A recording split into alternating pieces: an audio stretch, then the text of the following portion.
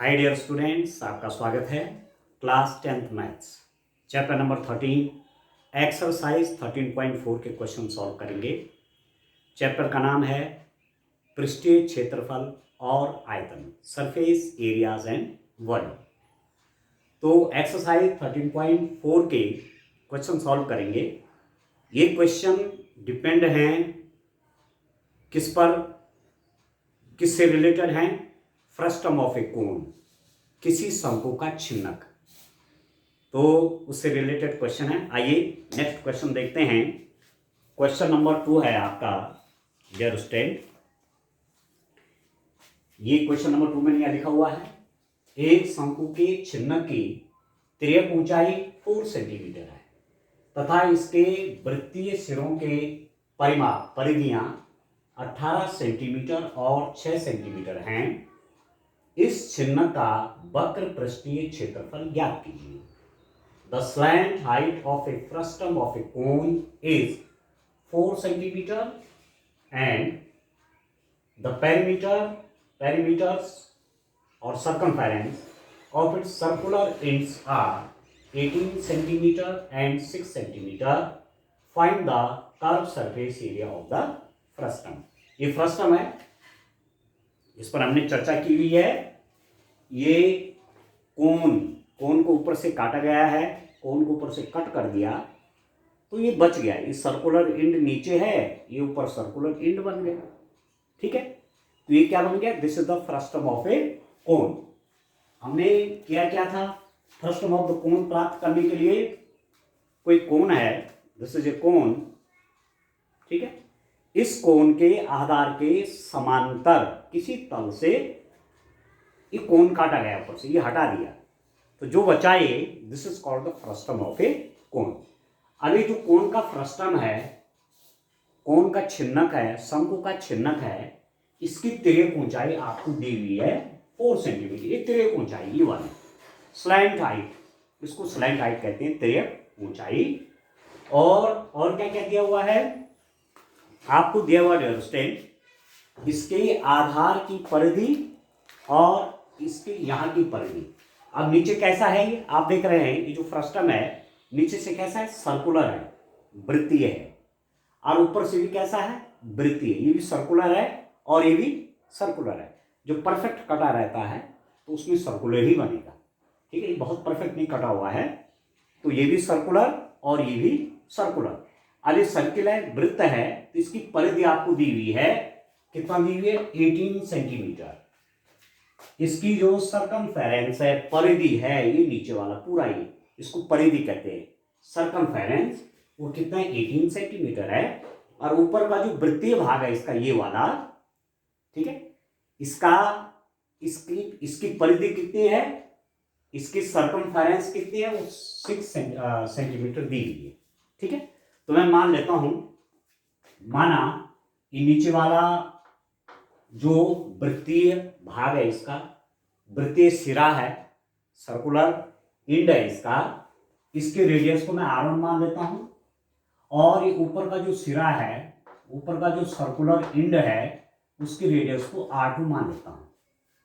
ठीक है, तो यहां पर जो हमें दिया हुआ है छिन्नक, जो दिया है उसको लिख देते हैं छिन्नक की तिर्यक ऊंचाई। छिन्नक की तिर्यक ऊंचाई, स्लैंट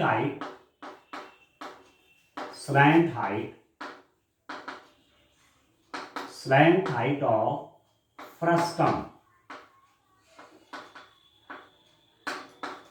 फ्रस्टम की slant height L, this is given 4 centimetre. इसको L से दिखाते हैं, ये 4 सेंटीमीटर है। अब क्या दे रखा है आपको? दिया हुआ है नीचे, क्या दिया हुआ है डियर स्टूडेंट? नीचे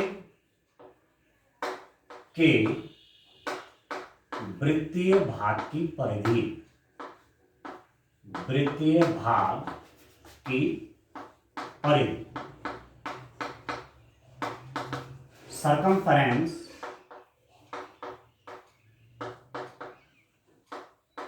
circumference of lower circular end, circumference of lower circular end.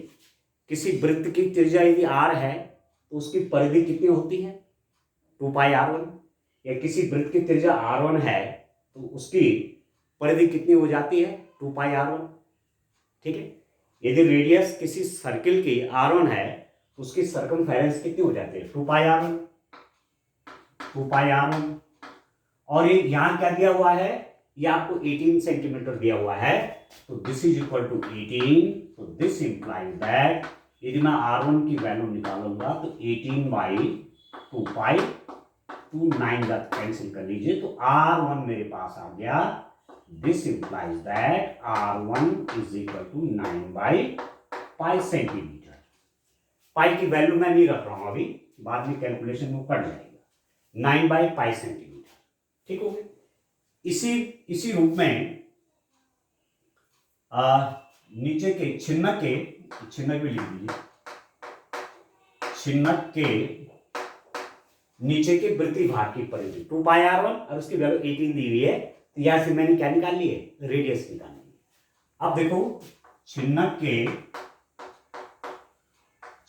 के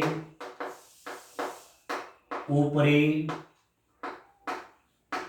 वृत्तीय भाग की परिधि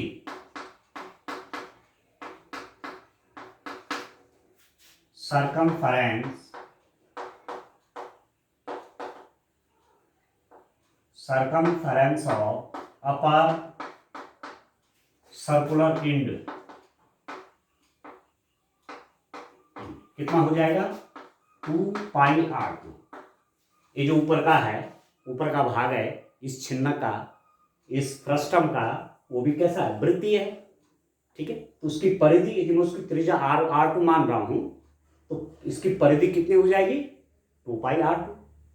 ये जो सर्कुलर पार्ट है, इसका ऊपर वाला जो हिस्सा है ये सर्कुलर है, जिसकी रेडियस कितनी r2 है, तो इसका सर्कमफेरेंस कितना हो जाएगा, 2πr2। और ये आपको दिया हुआ है this 2πr2 is that is 6 centimetre. तो दिस इंप्लाइज दैट यहां से r2 की वैल्यू निकालूंगा, r2 is equal to 6/2π। This implies that r2 is equal to 2 से इसको काट लीजिए, ये हो जाएगा 3/5 सेंटीमीटर। ठीक है। अब आपको स्लैंट हाइट मालूम है, आपको रेडियस r1 मालूम है, आपको रेडियस r2 मालूम है, सब निकल गया। तो हमको निकालना क्या है, इस छिन्नक का वक्र पृष्ठीय क्षेत्रफल। छिन्नक का वक्र पृष्ठीय क्षेत्रफल। ठीक है। कर्व्ड सरफेस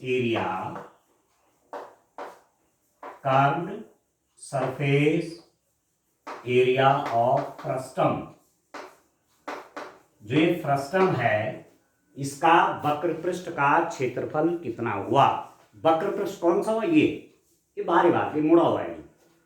ठीक है दोस्तों, ये वक्र पृष्ठ जो मेरे हाथ में है, ये कर्व्ड सरफेस है ये। ठीक है। फ्रस्टम का कर्व्ड सरफेस एरिया है ये है वक्र पृष्ठ, इसका क्षेत्रफल चाहिए ये वाला जिससे बना हुआ है। ऊपर सर्कुलर है, नीचे भी सर्कुलर है। तो क्या फॉर्मूला होता है, आप जानते हैं कि शंकु है तो उसका वक्र पृष्ठ का क्षेत्रफल होता है πrl। शंकु का कोण में कर्व सरफेस एरिया क्या होता है, πrl। यहां पर छिन्नक का क्या होता है dear student, πr1 plus r2 into l। ये फॉर्मूला है। आपने यहां पर डायरेक्ट फॉर्मूले यूज करने हैं। 3 फॉर्मूले हैं, तीनों को यूज, जहां पर जिसकी आवश्यकता है उसको यूज करेंगे।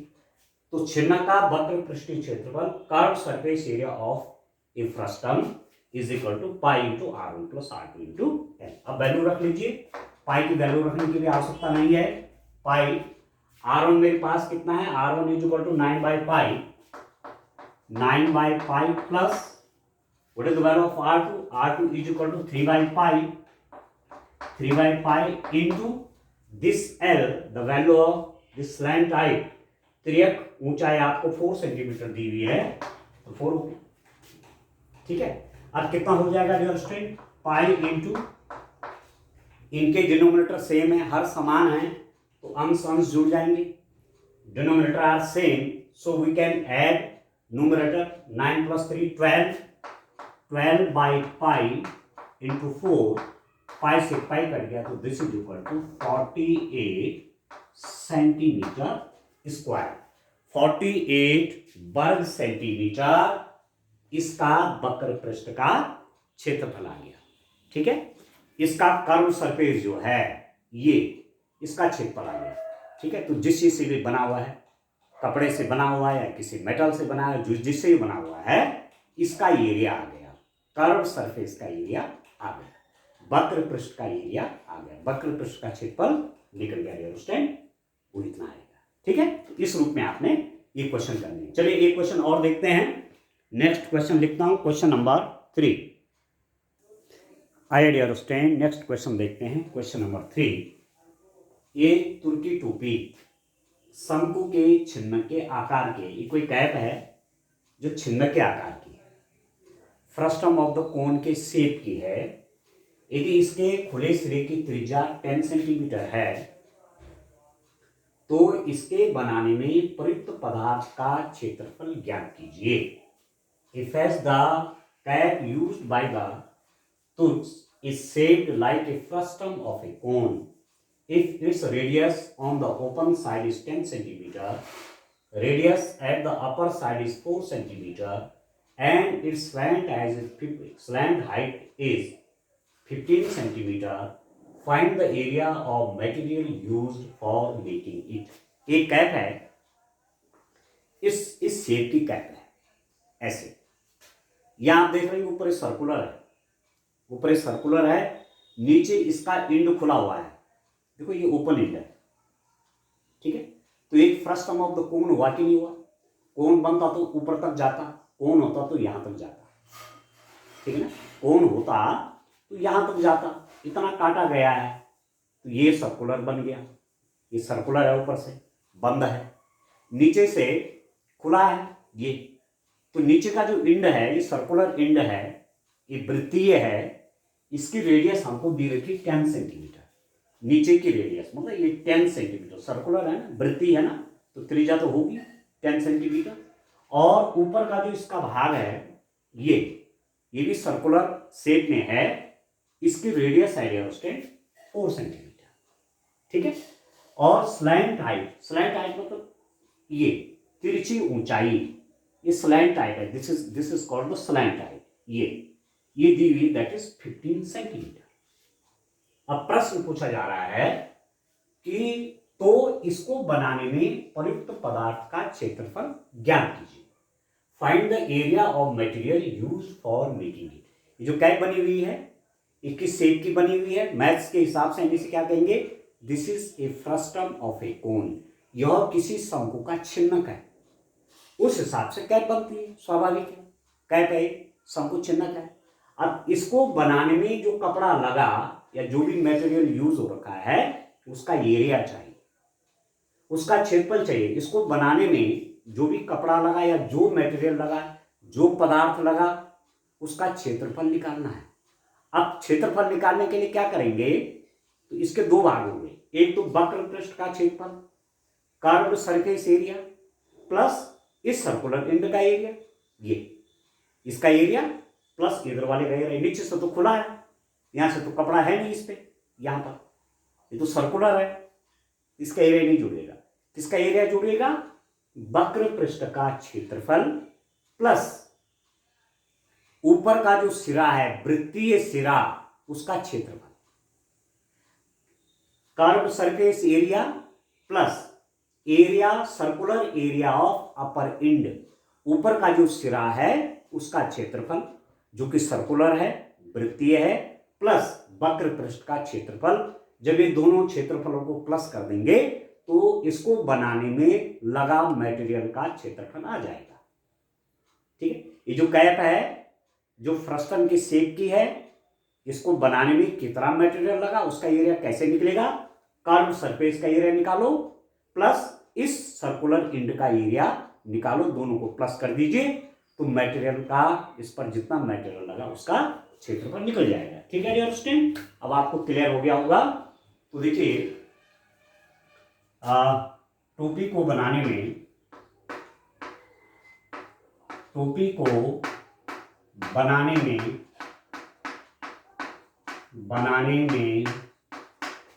प्रयुक्त पदार्थ का क्षेत्रफल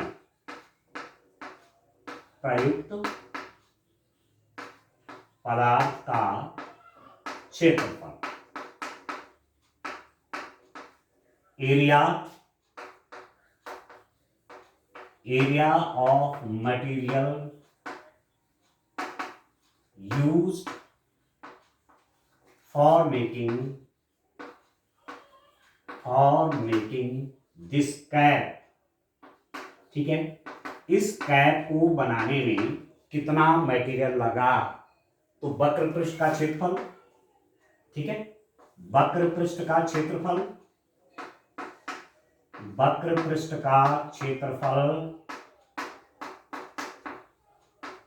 प्लस ऊपरी वृत्तीय सिरे का क्षेत्रफल,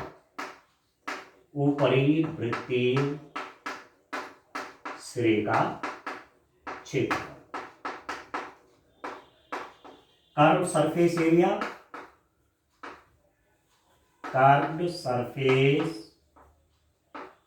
area plus area of upper circular end. ठीक है, आप देख रहे हैं इस कैप का यदि एरिया निकालना चाहेंगे, इस पर कितना मटेरियल लगा उसका एरिया चाहिए, उसका क्षेत्रफल चाहिए, तो वक्र पृष्ठ का क्षेत्रफल कर्व सरफेस एरिया प्लस ये जो सर्कुलर इंड है इसका ऊपर वाला उसका क्षेत्रफल, नीचे से तो खुला है। ठीक है दोस्तों, इतना ही तो होगा। और वक्र पृष्ठ का क्षेत्रफल कितना होता है आप जानते हैं, पाई। ठीक है, किसी ये जो फ्रस्टम है ना, ये जो छिन्नक है, इसके वक्र पृष्ठ का क्षेत्रफल कितना होता है, पाई r1 plus r2 into L, वक्र पृष्ठ का क्षेत्रफल। कर्व सरफेस एरिया ये होता है, प्लस ऊपर का जो एरिया है वो सर्कुलर है। ठीक है, ऊपर वाला जो ये भाग है ये वृत्तीय है, इसका क्षेत्रफल कितना हो जाएगा, पाई आर स्क्वायर। ठीक है, इसको मैं ये r1 कह देता हूं, इसको मैं क्या कह देता हूं, r2 कह देता हूं, तो ऊपर का एरिया हो जाएगा आपका पाई r2 स्क्वायर। नीचे की त्रिज्या r1 10 सेंटीमीटर दी हुई है, और ऊपर का जो हिस्सा है, ऊपर का जो भाग है उसकी रेडियस कितनी है, 4 सेंटीमीटर है। तो यहां सब वैल्यू रख लेते हैं। तो वक्र पृष्ठ का क्षेत्रफल पाई r1 plus r2 L, r1 ये वाले रेडियस, r2 ये वाले रेडियस, एल आपका स्लैंट हाइट है, तिरछी ऊंचाई है, प्लस इस वाले वृत्तीय भाग का क्षेत्रफल। तो ये कैसा सर्कुलर है, वृत्तीय है, और जिसकी रेडियस क्या है, r2 है, तो वृत्त का क्षेत्रफल कितना हो जाएगा, पाई r2 स्क्वायर। ये अब वैल्यू रख लेते हैं डियर स्टूडेंट। ठीक है, पाई तो चलो ऐसे रहने देते हैं। r1 कितना है, 10 plus r2 is 4 into L आपका 15 है, 15 plus pi into r2 square, r2 4 है, तो 4 इंटू 4। ठीक है डियर स्टूडेंट, अब इसको क्या कर लेते हैं, सॉल्व कर लेते हैं। तो कितना ये बन जाएगा, ठीक है डियर स्टूडेंट, ये कितना हो जाएगा, दिस इज इक्वल टू, पाई की वैल्यू रख लेता हूं, pi is 22/7 into 10 plus 4 14 into 15 plus pi 22/7 into 4 4 जा 16। सॉल्व कर रहा हूं, 7 2 जा 14, तो 22 इंटू 15 2 जा 30 प्लस इसको मल्टीप्लाई कर लीजिए बाई 7। ठीक हो गया, 16 दूनी 32 का 2 हासिल 3, 16 दूनी 32 और 3 35 आएगा, सॉरी 35 आएगा।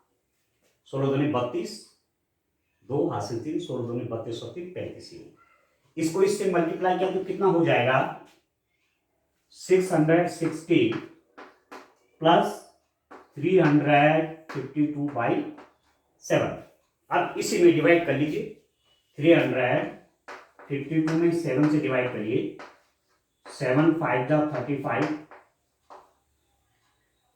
डिजिट उतारा, अब डिवाइड नहीं हो रहा है तो एक जीरो यहां बढ़ाते हैं, ठीक है। 2 रिमाइंडर हो गए, डेसिमल में नहीं निकाल रहा हूं, तो इसकी वैल्यू कितनी हो गई, मिक्स्ड फ्रैक्शन के रूप में लिख लेते हैं, संयुक्त भिन्न के रूप में लिख लेते हैं। ये 50 जो कोसेंट है, जो भागफल है, इसको इस रूप में लिखते हैं 50, उसके बाद शेषफल रिमाइंडर ये, अरे भाजक डिविडेंड 7, ऐसे, ठीक हो गया। अब 660 में 50 जोड़ लीजिए तो ये कितना हो जाएगा, 310 2/7 सेंटीमीटर स्क्वायर।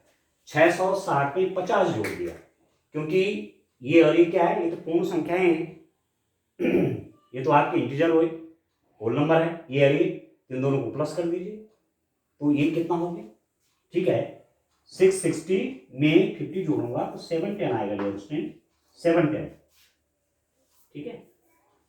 660 में 50 जोड़ा तो 710, और 2/7 क्या है, 2/7 एक फ्रैक्शन है तो उसको ऐसे रहने दीजिए, 7 10 2/7, 710 से 2/7 सेंटीमीटर स्क्वायर। इस कैप को बनाने में कुल जो कपड़ा लगा या जो मटेरियल लगा या जो पदार्थ लगा उसका क्षेत्रफल कितना हो जाएगा, ठीक है। अब आपको क्लियर हो गया होगा, मैंने आपको कैप भी दिखाई, ठीक है, और ये फिगर भी यहां पर बना हुआ है। निकालना क्या था, इस कैप को बनाने में जो मटेरियल लगा है उस मटेरियल का क्षेत्रफल निकालो। इस टोपी को बनाने में जो भी पदार्थ लगा उसका क्षेत्रफल निकाली, तो इसके दो भाग हो गए, एक तो वक्र पृष्ठ ये वाला हिस्सा, ये तो वक्र पृष्ठ है, उसका क्षेत्रफल तो इसे देते हैं, और जो ऊपर का हिस्सा है वो कैसा है, वृत्ताकार है, सर्कुलर शेप में है, तो वृत्त का क्षेत्रफल भी आप जानते हैं पाई आर स्क्वायर, यहाँ पर रेडियस r2 है तो ये हो गए। अब सब वैल्यूज यहाँ दे रखे हैं, एल दिया हुआ, स्लैंट हाइट तिरछी ऊंचाई 15 सेंटीमीटर ये दी हुई है, r1 आपको दे रखा है 10, r2 4 है, लिखा हुआ है ना, खुले सिरे की त्रिज्या 10 सेंटीमीटर, इधर से टोपी क्या खुली है, स्वाभाविक है पहननी है तो यहाँ से खुली होगी, तो खुले सिरे की त्रिज्या 10 सेंटीमीटर, आर का मान आपका r1 का मान 10 आ गया, और ऊपर का जो सिरा है जो बंद है उसकी त्रिज्या आपको 4 सेंटीमीटर दी हुई है, ठीक है। और इसका एरिया कितना हो जाएगा, पाई r2 स्क्वायर, तो पाई इंटू 4 इंटू 4, इसको कैलकुलेट किया तो ये आ जाएगा, ठीक है। तो इस रूप में ये क्वेश्चन सॉल्व करने हैं। अब इसमें 2 मोर क्वेश्चन और हैं, उनको भी आगे सॉल्व करेंगे। Thank you.